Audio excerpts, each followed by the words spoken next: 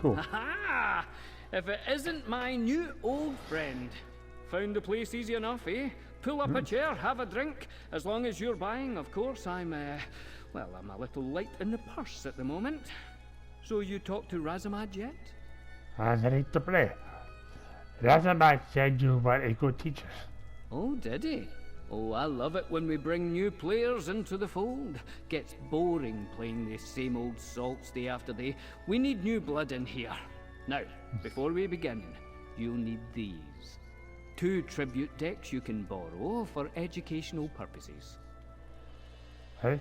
And what do I do with these decks? You try to defeat me, of course. First to 40 prestige, or winning the favour of all the patrons, is the victor. Don't worry, chum. I'll explain that as we go along. And loosen up, eh? You'll do fine. I'll go easy on you. Alright, let's play. Right. The essence of the game is to buy cards to add to your play deck. Each of us will use our play deck to score prestige, until one of us gets enough prestige to win. Lots of cards, eh? The ones on your side of the table are yours. The ones on my side are mine. The cards in the middle are what we call the tavern. We each claim cards from the tavern to improve our play decks and earn enough prestige to win. You'll take the first turn. Let's both draw our starting hands. Each of your cards have a coin value, see? You can use their coin value to buy cards into your play deck from the tavern, the center of the table. Try to keep track of the value of the cards in your hand. Each card has a cost, a suit, and an effect. If I were you, well, this card here seems like the right one for you to buy with the coin that you have, so claim it.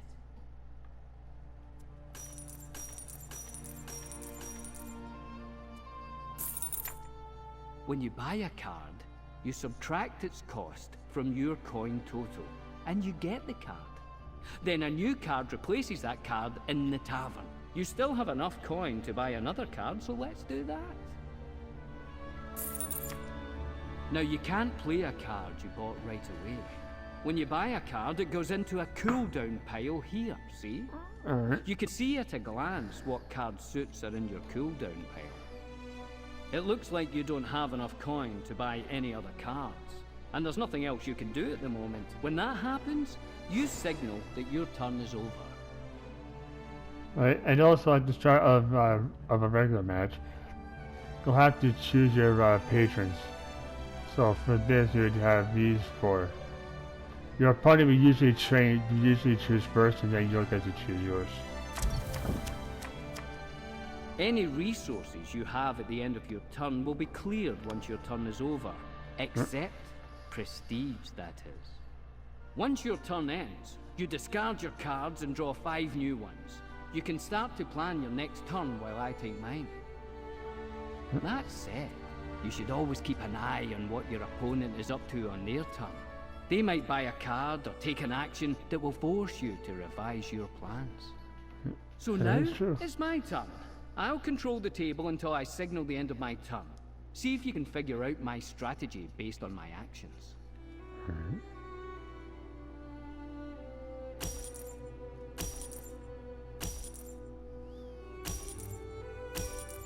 All coin cards. Oh, you got a good one there.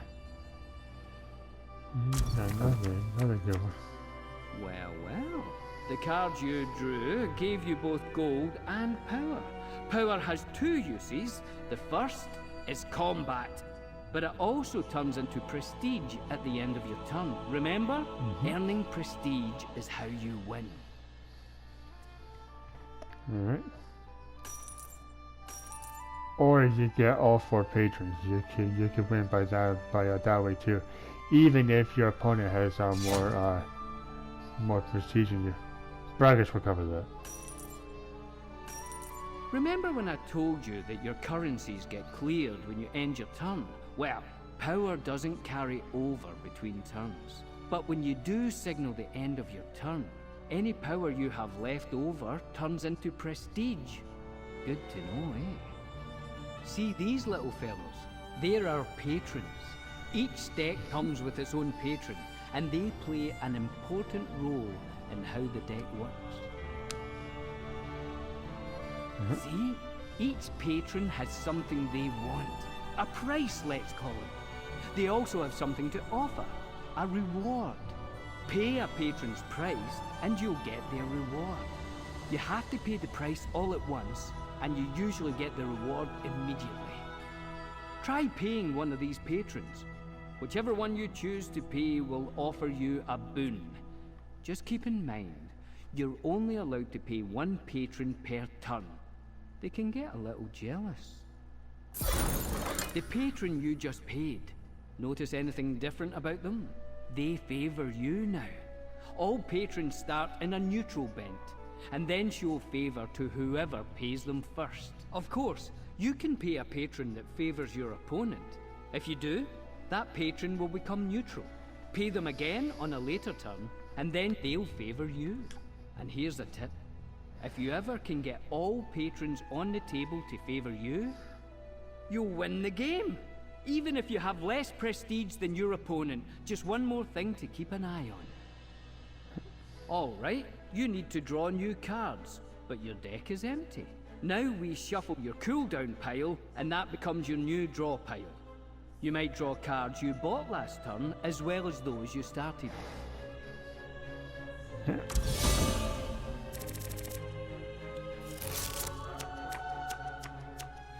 Your cooldown pile is empty. That means all the cards you started with or bought during play are now in your draw pile. Right, it's my turn again. I'm going to draw some coin, use it to buy a card, and draw some power from my play deck, which will become prestige when my turn ends. Just like your turn, only, more experience. Those cards you drew can trigger a combo. See how they have extra effects if you draw another card that matches their suit? Luckily, you bought cards with the suit you need to trigger these combos.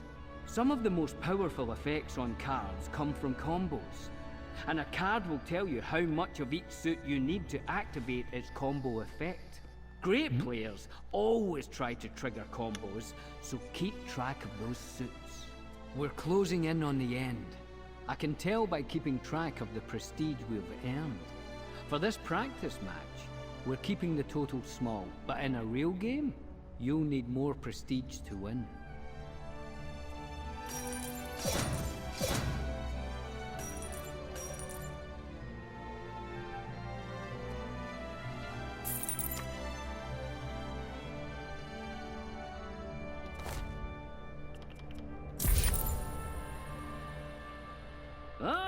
A grand victory! Well, maybe a little too grand.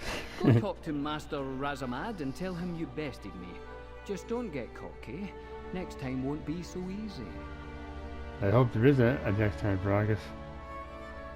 Oh, nice. Yeah, there's a bit of a stall there after a match. Let's see what we got though.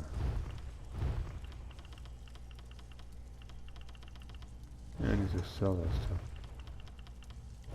Oh, duh. Oh, it hasn't come yet. Alright. Never mind. Bit of a numpty. So somebody visited Druid site. You return victorious, yes? I hope you enjoyed the match.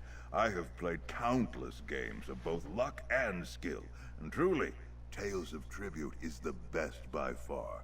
So, now that you've learned the rules, do you wish to continue your gaming journey? Yes, I want to play more Tales of Tribute. What do I do now? Now, you claim membership in the Gonfalon Chapter of the Roisters Club, a fraternity of tribute players committed to fair play and stiff competition. As an official Roister, you will gain access to a host of opponents and decks of your very own. Are there other rewards? Oh, countless rewards. With each victory, you will rise higher in the club rankings. Do well enough, And you may even earn the right to challenge the club's founders, the creators of the game itself. So what do you say? Will you join us?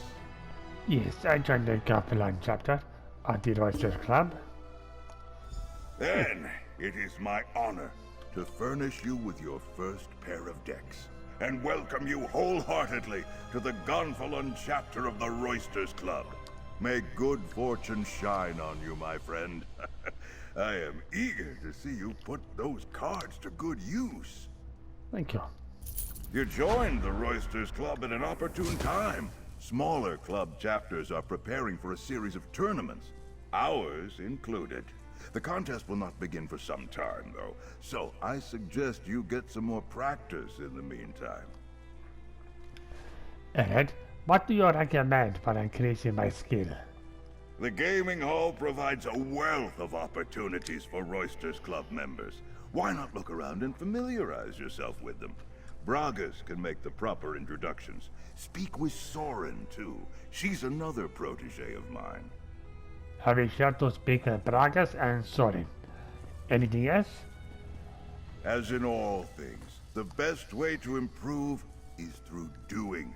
Set out and find new opponents. Win or lose, your skills will grow and your strategies will sharpen. Once you establish yourself in the beginner's circuit, return to me for a reward. Alright, I'll speak with Bragas and Soren and make a name for myself. Remember, in these early days, winning and losing mean little. Regardless of a match's outcome, you must see every game as an opportunity to hone your skills. It may sound nonsensical, but sometimes losing is the surest route to improvement. Fair point. You mentioned tournaments. Can you tell me more about them? Ah, buggerhead. I'll be right back. It's about to screw up.